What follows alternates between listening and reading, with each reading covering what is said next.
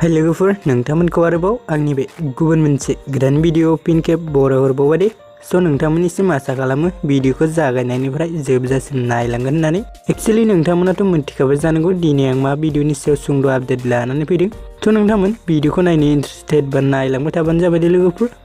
Actually नोंथांमोन बेबायदिनो बर'नि फैनो गोनां गोबां आबुं सावथुन आरो बर' एलबामफोरनि बागै मिन्थिबाय थानो थाखाय नोंथांमोना गिबियावनो आंनि गोदान चेनेलखौ साबस्क्राइब खालामना खाथियाव थानाय बेलनि आइकनखौबो अल प्रेस खालामना लाबानो जाबाय दे लोगोफोर, जाहाथे आंनि गोदान भिडिअनि नटिफिकेशनफोरखौ नोंथांमोना बयनिख्रुइबो सिगांग्रो मोननो हायो दे लोगोफोर।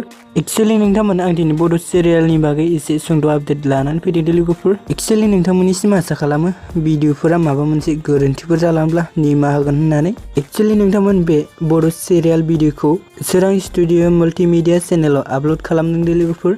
आरो नोंथांमोन बे भिडिअनि टाइटेलानो जाहैबाय आगमा रुयति दे लोगोफोर। बे बड' सिरियालनि एपिसड 1 खौ सोरां स्टुडिअ माल्टिमिडिया चेनेला आपल'ड खालामबाय दे लोगोफोर। स' नोंथांमोना जुदि बे आगमा रुयति एपिसड 1 खौ जुदि दासिमबो नायाखै अब्ला आंनि चेनेलनि गेजेरजों नायनो हागोन दे लोगोफोर। भिडिअनि लिंकखौ आं डिसक्रिप्शनाव होनानै दोनदों दे लोगोफोर, नोंथांमोना चेक खालामहैबानो जाबाय दे।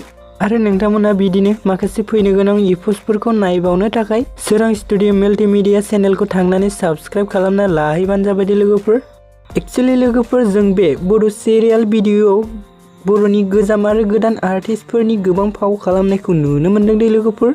एक्चुअली नोंथांमोन जों बे बड' सिरियाल भिडिअआव गुबैयै फाव खालामनायखौ नुनो मोनदों दिनेश, अनसुमै, उत्तम, निरिबिलि दे लोगोफोर।